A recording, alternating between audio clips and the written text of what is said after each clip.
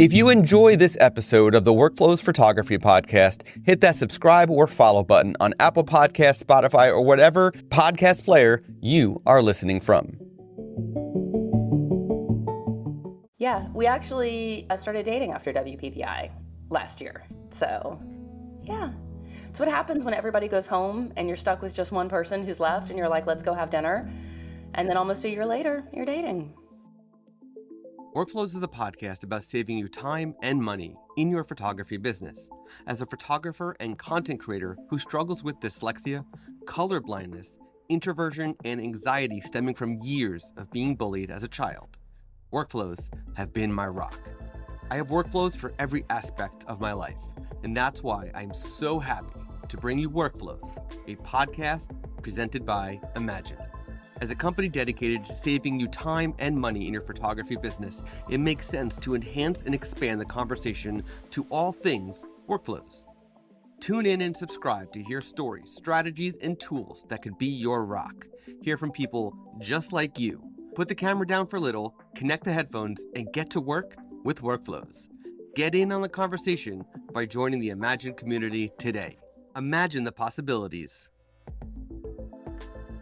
Susan Stripling has been photographing weddings, portraits, and theater for almost 18 years. Her work has been published in countless outlets, including magazines like Martha Stewart Weddings and newspapers like the New York Times and ads like Epson, Canon USA, and Imagen. Susan has won the Grand Award in Wedding Photojournalism and the Grand Award in Weddings at WPPI.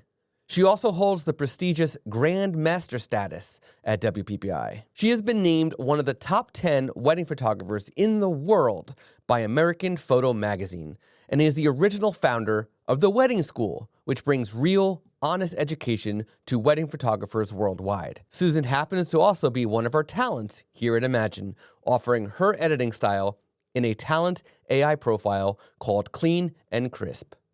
Without further ado, here's my conversation with my friend, Susan Stripling. Susan Stripling. Yes.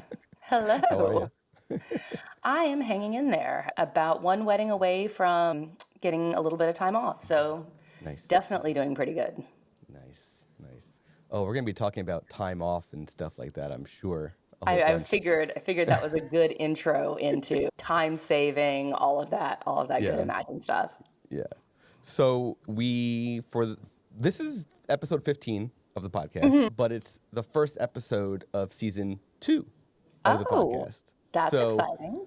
Yeah, we decided that we're going to do basically an 11 season from here on, basically. So we're going to do February to December every year Nice. and just keep it consistent and have some fun with it. So Nice. yeah, this is season 2, very exciting. And I'm glad that I was able to get you on this episode to kick off the season. And Yeah, we've only been trying to schedule this for how many months now? It's so funny. It's so funny Embarrassing, how but we're here. We made Yeah. it. we made it. Looks like we made it. Ooh. So you just had a birthday. Happy I birthday. did. I Yeah. did. Yeah. I did. It was very low key. I took a really big nap and ate pizza and was in bed by 10 p.m. Yeah. It was great. You're making me want to have pizza for dinner. So It's, I- oh I my might gosh, have to- this one of my favorite restaurants in Baltimore, they opened kind of like a second restaurant bar thing, and it's all it's the menu looks like it was made by like a college student when they were on substances. It's all gross food. They have a macaroni and cheese pizza, which is literally Velveeta mac and cheese on top of a pizza. A fried Okay. bologna sandwich. One of their sandwiches involves white bread and potato chips. But the reason I went was for the pickle pizza, which is Ooh. just a lovely pizza with a lot of pickles on it. And it was glorious. Yeah. Okay. I would try that. I like pickles. I like pizza. I don't think my wife would try it. So I'd have to eat it all myself. But Oh, that's not a problem. It's not a okay. huge pizza. You'd be okay. All right. So next time I'm in Baltimore, we're going there and we're going to do That's this. fine with me. That would be pretty great. So, yeah, come on over. Awesome. Okay, so let's dive into the first question. It's the same Oh, question I ask no. Okay. every single guest. Okay. What is one thing that you do for the photographic process behind the camera Okay. that has saved you time? That's actually a very good question. The biggest thing that I've done to save time is just get better at photography. Because if I'm not having to crop and adjust exposure and adjust white balance and all of that in post, everything is significantly faster. So actually, can I have a second part to my answer? Can I have a Yeah. two-part answer? All Yeah, right. yeah. Not only getting better at photography in terms of exposure and all of that and composition, but being more deliberate with how I shoot. So I'll come back from an 8-hour wedding with 2,400 images to cull at the most. I used to come back with a lot more than that. I know photographers who shoot thousands, sometimes tens of thousands, but I want things to be sleeker and easier on the back end, and slowing down, being more deliberate, being very precise with each exposure. When I come back and I look through my images, I'm already a huge chunk of the way there. So that's honestly the biggest thing I've done. It's funny. And I keep working on it. Yeah.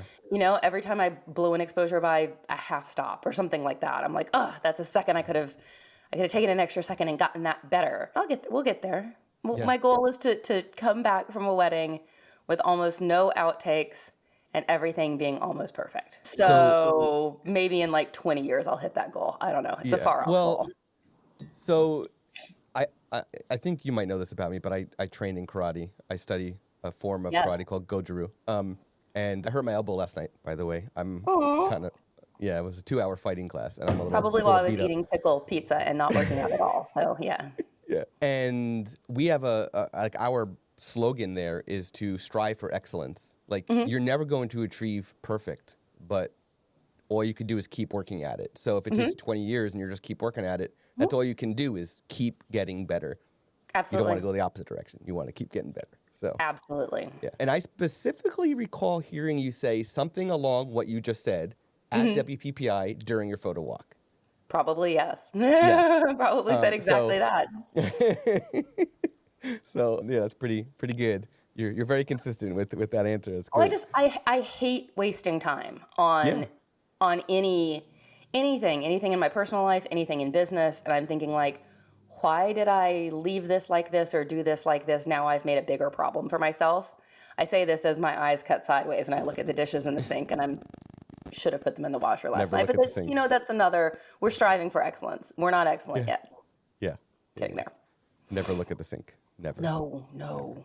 Yeah. So, what is now one thing you do for your business, not editing? What is one thing you do for your business that has saved you either time or... I have a studio manager who works for me. She's worked for me for a long time. She works from home. She doesn't come into an office or anything. We actually don't live anywhere near each other.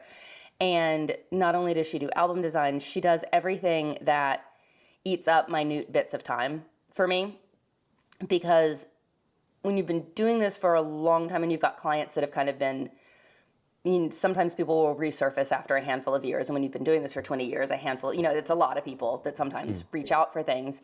I just forward those emails to her. And for me, it's not so much about getting back large chunks of time. It's about getting back minute bits of time that then add up to large chunks of time. So like this morning, I forwarded her an email of someone that wanted to download their images from a wedding that was like 8 years ago. And I have the link, but it's in my old gallery system, so I'd have to go find it. I don't really remember when their wedding is, and maybe it would take me 10 minutes, but it took me 3 seconds to forward the email to her. So she does a lot of that stuff for me, and then I try to, as much as possible, pre-plan a lot of my social media posts, and I'll plan them and schedule them out so that I don't have to think about every single day what I'm going to post. Yeah. And Are you using a specific tool for the scheduling? Or are you using the I'm using built-in something schedulers? called Plan, Plann. And the reason I like Plan is you can integrate it with your CloudSpot online gallery, because that's what I use to deliver to clients. So if I put up a folder of sneak peeks, which is usually how I start my gallery to clients, they get a sneak peek and it's got their link in it. And then later when all of the rest of the images go up, they're still under the same link. In Plan, when it says, what image do you want to prep or post or whatever, do you want to get it from a Dropbox, from your computer? Do you want to upload it now? Do you want to get it from one of your CloudSpot galleries? I'll be like, my CloudSpot gallery. And that way I can really easily just go and access like their sneak peeks, their previews, whatever, Right. without having to constantly be uploading something new to a new system. And I love it when things integrate. So yeah, what I'm actually looking at, well, I was supposed to actually do it earlier this week, but I didn't because I'm about to have some downtime planning out a couple months of social media posts, but I've been watching movies instead. So, What movies? We'll get there. What are some of the movies? I mostly just watch horror movies. I don't know why. But what did I watch the other day I watched a movie from the 80s called Possession, which was very strange. Not scary, just weird. And then I watched Smile the other week. The one with that really creepy viral marketing campaign where at one point I actually got mad at the movie and I was like, we have to turn it off. We have to turn it off because it was actually kind of freaking me out. And Bill was like, what is wrong with you? And I was like, it's just scaring me, okay? But we persevered through. And then the ending sucked, but the endings always suck. That's fine. It's like they do these really great scary movies and then they don't know how to close them. So, yeah. But Smile actually ended pretty well. I refuse to watch that one. Honestly, it's like super traumatizing. Because now anytime anyone I don't know is like smiling at me, I'm like, you have a demon in your body. Yeah. Yeah. Yeah. I hadn't had a movie creep me out since I watched. Did you ever see It Follows? No, I'm not a big horror fan. Don't watch that one either, because then you'll think that anyone walking down the same street as you is out to get you. So, it'd be great. Also possessed with a demon. So that's the theme of our talk today, apparently. Yeah, let's talk about horror films and demons on this episode of Workflows. Correct.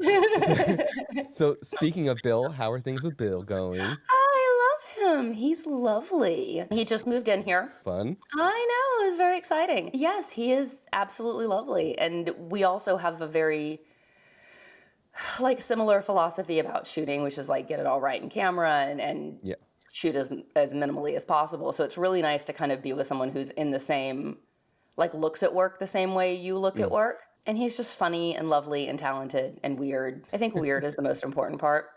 But he makes me laugh every single day. So he's a delightful human. I'm looking forward to bringing him to WPPI and subjecting him to all of my friends. Well, he was there last year. Yeah, but now I want to introduce him to everybody and just inundate him with social activity. Nice. Not parties. I don't do parties. But yeah, we actually started dating after WPPI last year. So yeah.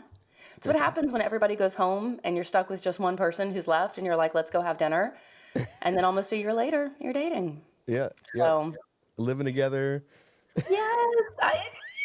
And it's so funny. I was like, I'm never going to live with anybody ever again. I'm never going to live with anybody. I'm going to be single forever. I love being single because I was single for 3 years. And it was great.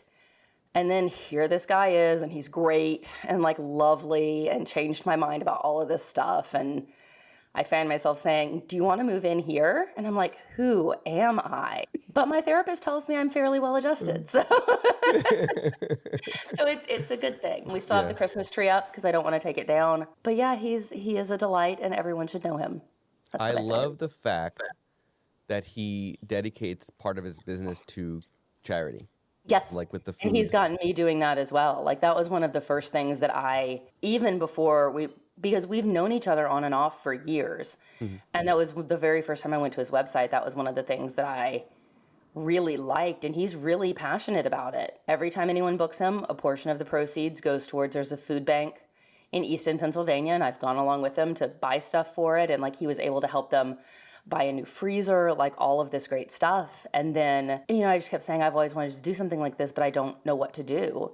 And he really pushed me he saw someone else doing something like that. And it was just a trickle down effect. And then I said, but I don't know what to do. I don't like people. And he said, what do you like? And I said, I like dogs. So he helps people. I help dogs. So when I book a wedding, a portion of it goes towards kind of the biggest animal rescue here in Baltimore. So hopefully between the two of us, you're saving a lot of lives, helping a lot of people and animals. Yes. Yeah. I would have 900 if that would not be insane. Of course. You'd run out of names. There's only so many Taylor Swifts and those type of people to name your dogs after. I love Taylor Swift, okay? And the funniest thing is when when I'm walking her and I meet other dogs on the street, or I'm walking her and my other dog and Bill's dog, and people, we stop and we talk about our dogs. I'm like, we don't even introduce ourselves, we just introduce our dogs. And I'm like, this is Tika, which is Bill's dog, named after tikka masala, super cute name.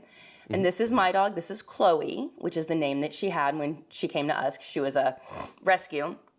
And I'm like, this is Tika, this is Chloe, and this is Taylor Swift. And they're like, oh, did your kids name her? And I was like, yeah. No, me as a 43-year-old adult woman named her Taylor Swift all by myself. But mostly we call her Tater because that just fits her demonic, bizarre little personality. But it is really funny. Like, I yell Taylor Swift when I'm really mad at her, and that just makes it funny. Sometimes I call her by Taylor Swift's actual real name with her middle name, because Taylor Swift's middle name is Allison, which I can't believe this is a thing I know. So I will yell at my dog Taylor Allison Swift, which makes no sense whatsoever because that's not even. Yeah. But it definitely takes down the anger when she's pooped on the rug and I'm mad. But yes, her name is Taylor Swift. I have no shame in saying I do enjoy Taylor Swift's music, especially the more recent stuff. Like, less of the pop stuff, more of the like the folklore, Evermore, lovely folksy stuff. Yeah. Fun fact. Tell me. I grew up in high school and a little bit after high school. I was in the music scene. I was in bands, and You've met one Taylor of the bands. Swift.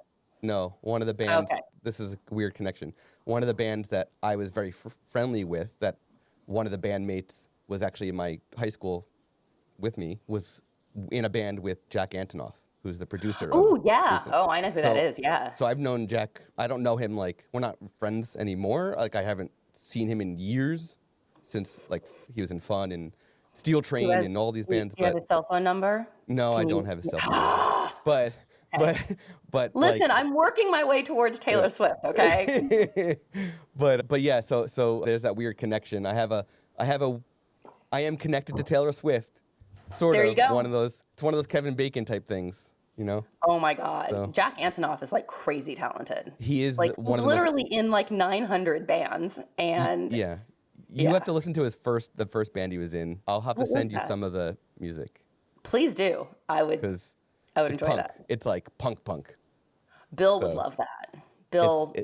I think Bill listened to music and then stopped listening to music in like the late 90s. So he is a time capsule of like Green Day and like that whole era. Yeah. And a lot of times we'll be here because I own the building that I live in with my two best friends, and we have a pool table downstairs. So we'll be down there playing pool, and we like to like watch YouTube videos while we're playing pool. And Bill never knows who anybody is. And it is the funniest thing ever. He'll be like, oh yeah, this band. And he's like, nope, not a clue. So, but I'm catching him up on Taylor Swift, so we're all right. I'd much rather listen to some of the stuff from the 90s, early 2000s than a lot of the stuff that's now. But, you know. Yeah, but the videos now are very entertaining, and videos are like so much better than they used to be. Yeah. Which is funny because we were talking about how like you have to go on YouTube or Vimeo or whatever to watch videos when we used to just sit around and watch them on MTV. Yeah. And now MTV doesn't show videos. So right. It's fine. But if you come play pool with us, we have a YouTube playlist. So we play videos in the background and then play pool. Nice. Yep. Yeah. I'll be there. In all of the time that I've saved, I do really productive things like play pool. Then we bought a skee ball machine. So we are fully adults. Yes. Yep. Awesome. Yep. Speaking of saving time. Do you like how I brought it back? I brought it back. Besides from Imagen, what is one thing you do for editing that has saved you time? Photo Mechanic. Because we're going to get to Imagen, so I don't want you to. I'm using Photo Mechanic. A lot of people cull in Lightroom or whatnot, but Photo Mechanic is it has been my go-to culling software. Your previews are up like that. It's so fast to go through it. And it's such a basic program, but it's my absolute favorite. So Photo Mechanic. Love it. Awesome. Okay.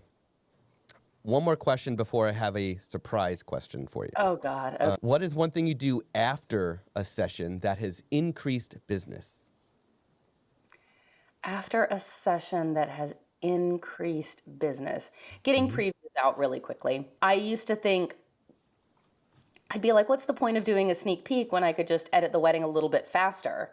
But if I edited the wedding a little bit faster, it's like an influx of a lot of images. So after an engagement session or a portrait session or a wedding, I try to get a gallery of previews out to them within like a day or two. And we're not talking a ton. We're talking like maybe 50, 60 images so that they can start sharing them.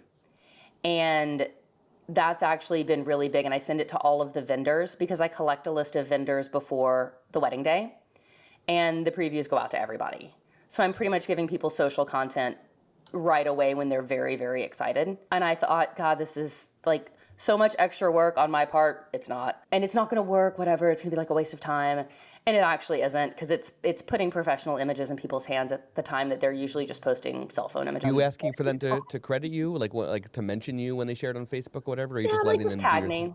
Yeah. And honestly, most people now, like, the rules of tagging have been pretty ingrained in people, especially other wedding vendors, that it's generally not a problem.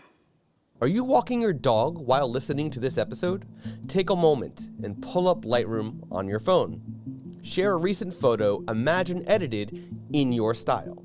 Share it on Instagram using the hashtag imagen-ai and caption it with your thoughts on this podcast episode. So I started doing this about 3 episodes ago. Okay.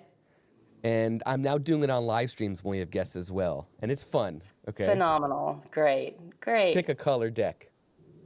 Oh, no. Orange. All right. Oh, boy. Oops, that was a loud noise. How dare you? Okay. I'm going to start shuffling through. You tell me when to stop, okay? Okay, here we go. Tell me Stop. when. Okay. My next question to you is... Oh, Jesus. Okay. You just picked this card, so you can't blame me. I did. Okay, you're right. I did this to myself. All right. You got this one in the bag.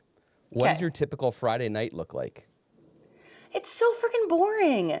It's so funny. It's like I expect, people are going to get this question on like a normal podcast interview, and it's going to be like, and I went to the bar and I did this. My Friday night is sitting around in my jammies charging batteries for my wedding the next day. You can't charge them when you're not in your jammies. You got to be in your jammies. I mean, to be clear, I'm also from the waist down in my jammies currently. So, no, the goal is never wear real pants again. 2020 has taught us you do not need to buckle any kind of pants ever. I mean, honestly, Friday night is and dating another wedding photographer is very similar. We charge our batteries. I go looking for missing lens caps because for some reason I'm always missing lens caps. Always. Yeah. Make sure that the way I give my timeline to my assistants, I used to print them out, but I would always lose them. And sometimes there's I'll make notes on there that I don't really want to leave laying around. Like if there's sensitive family situations and people don't talk to each other, it's written down on the timeline, and I would hate for someone to pick it up and be like, oh my God, they told her that so-and-so and so-and-so don't talk to each other, and whatever. I make a note on my laptop, just using notes, and you can share your notes with anyone you want to share them with. Yep.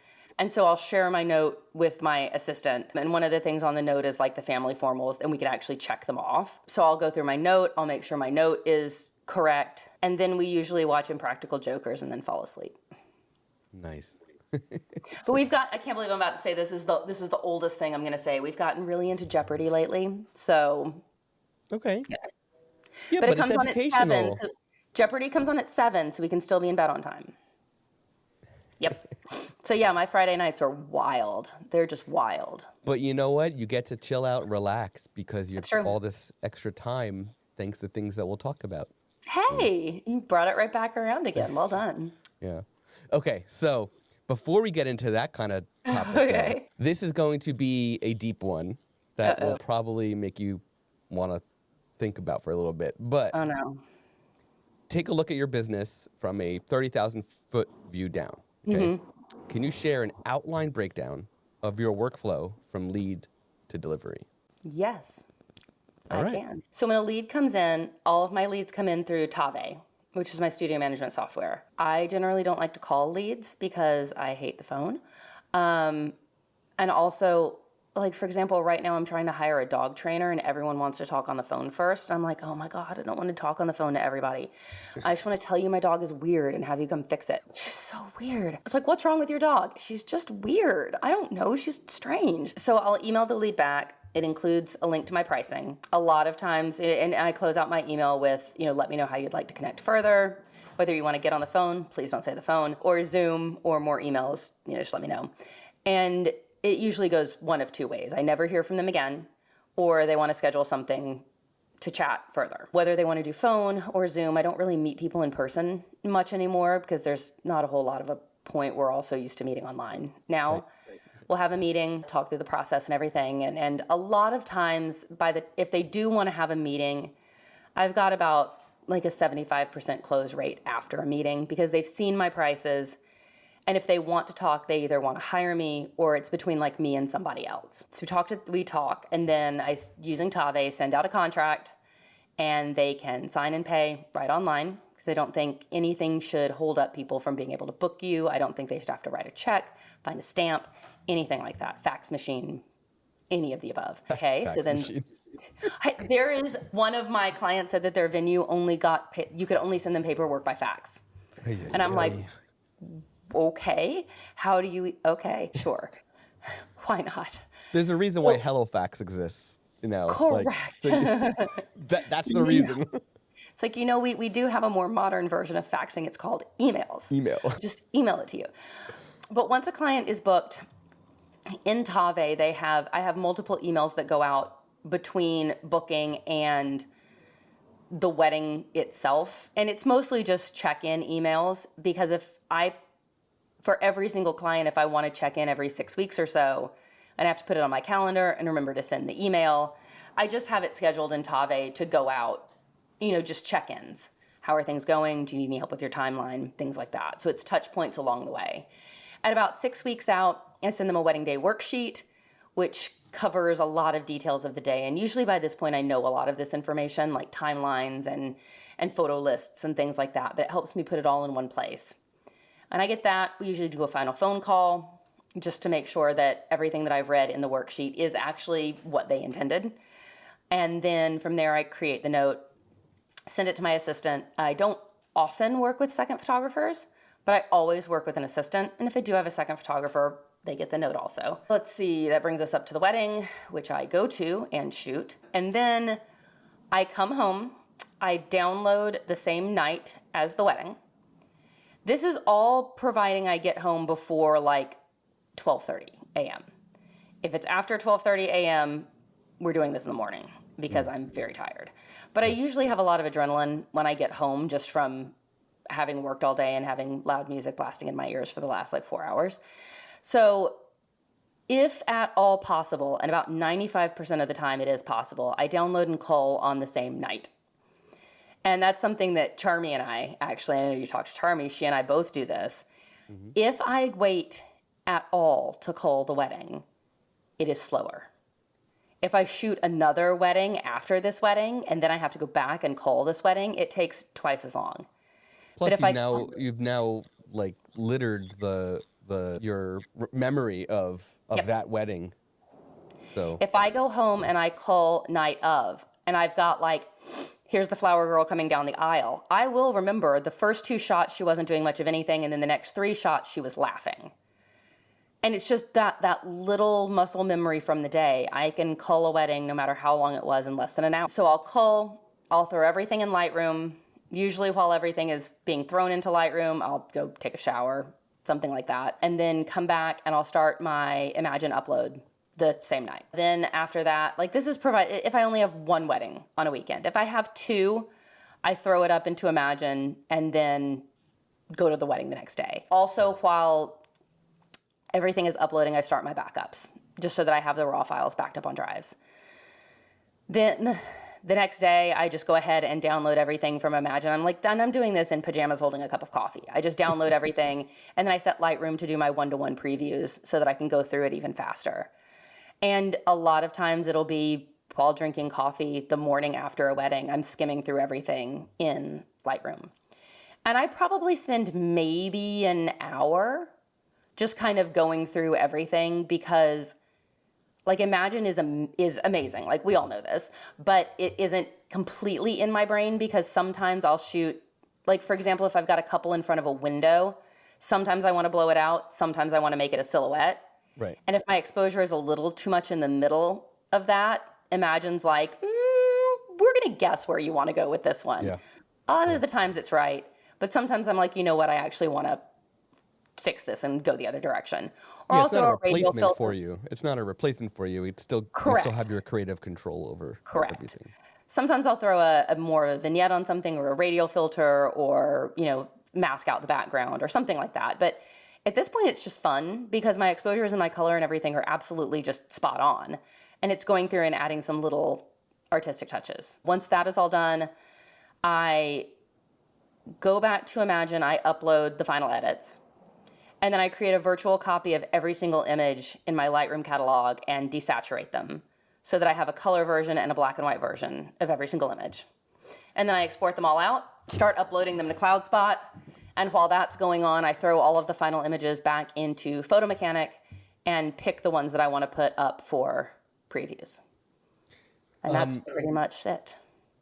You said that you desaturate so you have a black and white version. Yes. I want to dig into that just real quick.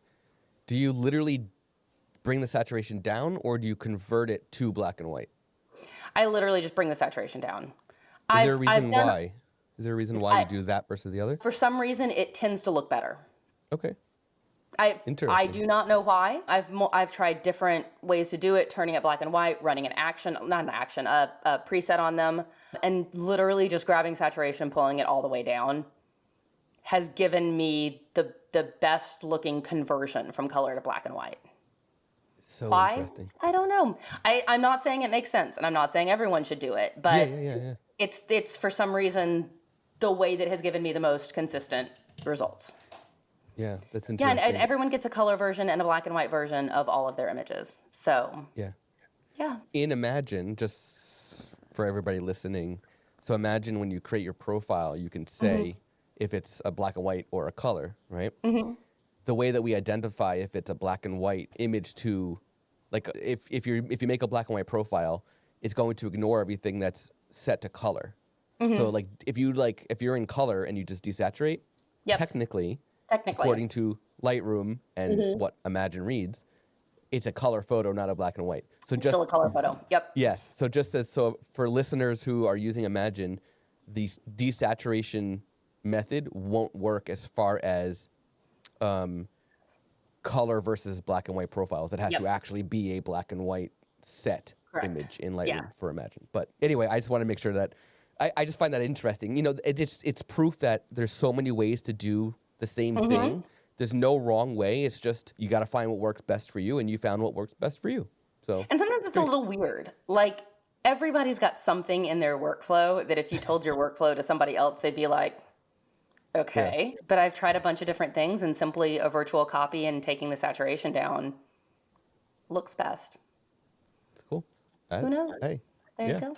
Yeah. So I'm now later, when I have some time later, I'm going to open up Lightroom and play around, and I want to see the differences for myself because I never did that before. And honestly, tell me if you're, and I'm always tweaking and changing workflow. If you do that and you're like, actually, if you just do this simple other thing instead, let me know.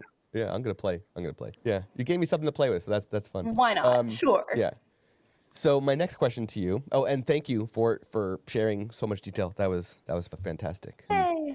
So, what does the future of AI in photography look like to you? It's a hard one. It's funny. I mean, if it's not something that you think much about, that's perfectly fine. I think about it, and then I go into a depression spiral because I'm like, the one thing you really can't AI is things happening in real time with real people, like capturing these moments for people. Mm-hmm. I don't know how you'd AI that. And then I go down a very deep rabbit hole of robots and, my Amazon Alexa shooting a wedding for me and things like that. And I love AI. I do. Mm. I just wish it would kind of leave the arts alone a little bit. Interesting. Because there are a lot of people using Midjourney and whatnot to create art. Mm-hmm. But is it really art they created? They just told a prompt to a computer. That's not, you didn't make it. Right. So I guess I'm old. This is like my parents not understanding how to program TiVo back in the day, right? Like, because everything was on the DVR. I'm like, why are they doing this? This is stupid. I think about it, and then my brain blacks out, and I end up somehow on climate change and the future and our planet burning, and I try not to think about it anymore. So I saw a conversation about this and about like Midjourney and that kind of stuff, and one of the comments was like, "Don't tell them where John Connor is," and I was like, "Don't tell them where John Connor is." Yeah. No, I guess I don't get it, really. Yeah, it can do cool things, but you didn't make it. Right. Like it required no artistic skill on your part to say, make me an image that is a bride in a veil standing in the catacombs in Paris smiling. Yeah. I have fun playing around with it. I have been thinking about using it for something that I've been working on for a long time. Children's books. And I have 2 written that I'm like, do I pay an illustrator or do I now experiment with this, which could do it for And me? that's where I have a hard time, which is like, It's and fun. now there's AI for copy editing, and like Yeah. people are just gonna get edged out of the arts. And there are certain things that I don't mind being automated, or like I never want to go through a human manned cashier at a store. I would always rather check myself out. So Yes. you could argue that's taking a job away from a person. But if I'm getting AI to illustrate for me and the illustrations are really beautiful, which they would be, am I taking a job away from a creative?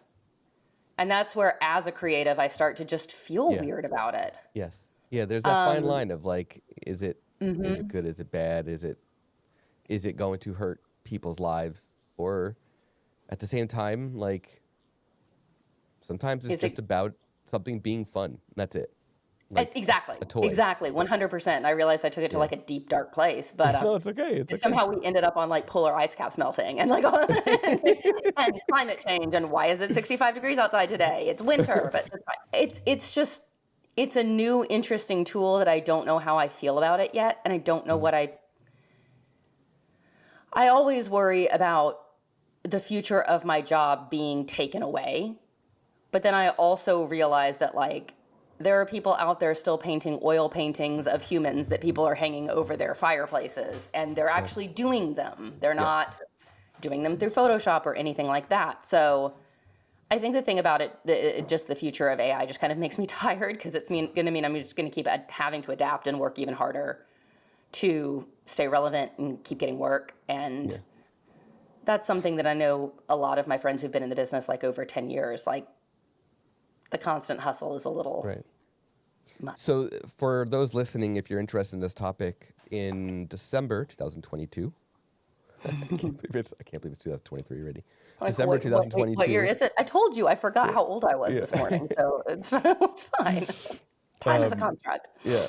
So Imagine did a webinar with our CEO, Yotam, did a webinar with Amir, the CEO of PickTime, and the whole discussion was on AI in photography. So anybody who's interested in watching the replay of that webinar, it's on our YouTube channel. And this topic of Midjourney and its impact on photographers actually came up and was discussed by 2, people in the high-level professionals in the industry, yeah. So definitely worth listening to if anybody who's interested in that topic. I am interested in that topic. Yeah. So you are not just an Imagen user. You are someone who has created a profile that is being used by thousands of photographers worldwide. That's so exciting. It's really exciting. Yeah. So we've been discussing time this entire episode. We've been discussing workflows. Imagen obviously plays a role in your workflow, as you've mentioned. How did Imagen impact your life? A lot of people will talk about like a software or something and be like, it changed my life. And you're like, okay, calm down. It did not change your life. But legitimately, Imagen changed my life. Like, on a financial level, it saves me a ton of money. I had been using a really incredible team of humans to edit my images before. And they were fantastic. They did an incredible job. But I've saved thousands and thousands of dollars by using Imagen. And again, that's, I feel kind of bad about that's another discussion entirely for another day. But it has saved me a ton of money. It has saved me just, like, you can't, I can't even qualify, like, how much time it saved me. It is mind-boggling that if I really wanted to, I could deliver a wedding the day after the wedding in my pajamas, drinking coffee with minimal effort. Like, it's, and the fact that I can keep teaching it, it just keeps getting better and better and better. Yeah. It's also saved me so much stress. Like, I get the wedding done as fast as I can get it done, and I upload it, and then I sit on it for a couple of weeks. And it's not to create the illusion that it takes time to process these images. That's not it. It's that I don't want to create an unrealistic standard of my own turnaround times. Because if I started turning around all my weddings within a week, I'll have weddings where I have travel and I'm gone for a week. Or it's the middle of wedding season and it's going to take me a couple extra days to run these things through Imagen. I still tell people 6 weeks. I deliver it about 3 weeks at this point. But like my last wedding, let me look at my calendar. I had a wedding on, oh, hey, did you know I'm supposed to record a podcast today? All right. I had a wedding on December 11th and it was in Florida, and I drove down and I drove back. You drove down to Florida? Yeah, I have a camper van. Okay. So I drove the camper van down to Florida, and it was really fun. I had a wedding on the 11th. I got back like the morning of the 13th. The wedding was done by the evening of the 14th. Like, done. And that involved driving back from Florida. I have a wedding this Saturday, which is technically I get the end of my season, and then I have some time off. The wedding, I'm done with the wedding at like 8:30 Saturday night. By morning on Sunday, I will be completely caught up and done, and can close my computer and go on vacation if I want. Like, it also just, not only is it a time saver, it is a workflow consolidator. Like, it just chunks your workflow down into such a small amount of time. And combining that with the fact that I'm working even harder to shoot less, to do better in camera, imagine what it does, just finishes things off in a really nice way.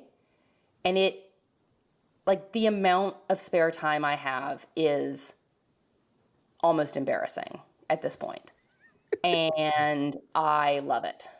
That's so good. I know that, like, we harp on, like, yeah, Imagen, saves you time. But when you shoot, like, 30-ish weddings a year, and you add up the time that you've saved, it is absolutely mind-blowing, honestly. Yeah. On the topic of not having humans doing your editing anymore.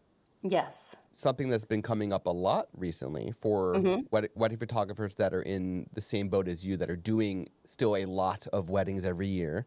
Yeah. And have an extremely high volume of work to go through. Some people, some wedding photographers, are now hiring humans solely to do their culling and or AI culling and their AI editing final touches. Yeah. Like not like just running it through Imagen, but like all the work after the fact. Yes. That, like the fine, blemish removal, or what you talk about, like the backlight adjustments and things like that. So people are still hiring humans just to do the final work. Yeah. So the humans and that's still what I talked can about have with jobs. Like the people that I'd worked with before. I was like, I feel like, while initially it looks like something like Imagen could put you guys out of business, I actually think it's a really unique business proposition for you, because you can also use Imagen to run the images through, and then there are people who do way more after the fact than I do, or even just after the fact like to crop more or put more radial filters on things or whatnot. It is still, can give them the ability to do more fine tuning for people without having to spend so much time on just the raw processing bulk of stuff. Yeah, we've been seeing some editing shops starting to specifically add in like an AI finishing plan option to their packages and stuff. So as a way to like keep customers that they might have otherwise lost to Imagen. Which so like we're glad that as the world changes, that the editors are making their adjustments to where the world is going. Yes. So it's good. I mean, so yes, some are losing jobs, but at the same time, some are being ahead of the curve and doing what they need to, which is good. And I mean, I think this is such a fantastic tool because what it does is it does the stuff that nobody wants to do, like image by image, exposure tweaking, color tweaking. Oh my God. And it just takes that boring base level out and leaves you with a better place to start playing or tweaking, or if you want to spend more time on it, your workflow's not eating you alive anymore because you're sitting there going, is this image the same color? Is this image? Let me go back over here. Let me go back over here. Like, it is actually shocking to me how, I mean, I'm choosing my previews now from the images that I've run through AI. And I used to edit all of my own previews myself. And I don't even do anything extra to them when I put them online. So everything that you see like on my Instagram or blog or whatever, it's not really had anything else done to it. At most, like an extra radial filter, maybe. But it says like a robot can't edit as well as I can. It's like, well, yeah, it can if you teach it how you edit. Exactly. It's just doing what I do just in about 10 minutes, which also, how is it that fast? You know what? Don't tell me. I want it to be a secret. I want it to be a secret. It's like I don't turn the lights on. I don't want to know too much. But it's actually hilarious that I can upload it to AI, go take a shower, and come back, and it's like your edits are done. Yeah. And it's like, okay, calm down. Sometimes like if you're uploading multiple things at the same time, by the time everything is done uploading, like the first project is already done. It's done. Yep. So I've done that before, and I'm like, calm down. Yeah. Like, just calm down. I'm in the process of preparing a catalog specifically for Imaging USA coming up this month. Soon, the month of January, when we're recording this. This episode's airing in February, so I'm sorry. I just screwed that up. But yeah, I'm sorry. I hope you had fun at Imaging USA. We'll talk about it in the past. Yeah. So I'm preparing this catalog, and I'm like, I'm making like a talent preview, like different collections of all the same 8 photos edited with every talent profile, right? Yeah. And it's all my client work, so I have the approval to do this and stuff, so it's no big deal. And so I prepared everything to batch upload. No joke, by the time it was uploaded, 100% of the projects were done. It was the craziest thing, and the last one took the most amount of time. It was so crazy. Wild. And it was only because the last one had cropping and straightening turned on as well, just to show that working too. So that one took longer. But like, it's so funny how that happens. It's so funny. Yeah. So speaking of Instagram and website, like you just were talking about. Yes. Where can listeners learn more about you, connect with They you, and can of learn more course about see me your on the incredible World Wide Web. www. No, it's my website is just susanstripling.com. STRIPLING. And my Instagram is Susan Stripling Photography. Awesome. And that's that. Thank you for hopping on, chatting with me. I'm glad we were able to make this work. Third time is the charm. We did it. It happened. We did it. For the record, one of the reasons we had to cancel was power went out. So one of the other reasons was Susan can't read a calendar. Yeah, it's the point of year where wedding season is like, it's like right almost over. I'm working on one functional brain cell at this point. Yeah. Like, you can't see that I'm wearing my pajama pants and slippers. Like, I've had multiple cups of coffee. Like, there's a lot of under eye concealer going on right now to make me functional. Yes, we're limping to the finish line at this point. So. Well, yeah. I'm so glad we were able to do this, and I look forward to seeing you at WPPI. I was going to say, you're going to be at WPPI, right? We can hang.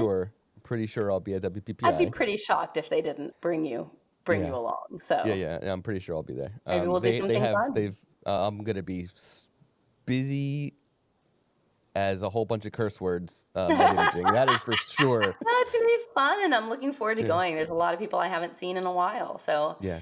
And I got to hang out with Bill. And we're actually trying to put together a road trip because, like I said, I have a converted camper van, which is just the coolest thing ever. Mm-hmm. And he's done the road trip where he's driven from out here all the way to Vegas and like spent a lot of time in Arizona, and I've never done that. So hopefully this year we'll get to go camper vanning our way across the country. That'd be fun. With So, three yeah, dogs? hopefully by the time you see me in Vegas, I'll be tanned and well rested and all outdoorsy. Nice. Not like the bleak, pale Victorian child I am right now. So. Would you be bringing all 3 dogs, or would you be boarding them when you go? Oh, no, absolutely not. Taylor Swift is not going to the desert. She's a weird dog. She's a weird dog. We'll probably start the trip by like detouring down through Georgia and like going that way and dropping all the dogs off with my parents. Nice. That's good. I'm pretty sure I asked them. If not, hey guys, can you watch the dogs? Cool. Hey, thanks. Love you guys so much. Yes. So cool. They can deal with Taylor Swift, the very weird dog, for a couple weeks. Cool. Yeah. But yeah, if you want to learn more about Taylor Swift, the weird dog, I post her on my Instagram stories doing strange stuff all the time. Weird dog. You know what, Scott? If you ask enough about Taylor Swift, I'll bring her to Vegas and just give her to you, and you can hang out. She can be the Imagine mascot. She'll poop on the floor and scream in people's faces, and just you can borrow her anytime you want. My daughter is so afraid of tiny dogs. It's the funniest thing. Yeah. Like bigger dogs, she'll go up and pet them and snuggle them, but like it's the little ones that freak her out. Honestly, little dogs are creepy. And they're generally really a mean little dog to me is really freaky. Yeah, it's so funny. Anyway, we'll leave it with that. This conversation has taken some turns, but hopefully there was some educational content in here for the people. Yeah, there's a lot of good nuggets for everybody to walk away with. So thank you. Yeah, we're going to end that. Anybody listening to this, if you have questions, like your Imagine Facebook group is great. People can always email me. Like, I think everyone should be using this. So I'm glad to help as much as possible. Thank you. That's a great way to end it. Anytime. I'm going to go make another cup of coffee, which is surely going to be great for my heart rate. Thank you so much, Susan, for that incredible conversation, for sharing all of your insights and knowledge with the Imagine community. You have been listening to Workflows, presented by Imagine. To hear more from Workflows and to find a link to our guest, please go to imagen-ai.com/podcast. Be a part of the conversation by joining the Imagine community at imagen-ai.com/community. And be sure to subscribe to the podcast on Apple Podcasts, Spotify, or wherever you listen to podcasts. Thank you for tuning in. Until next time.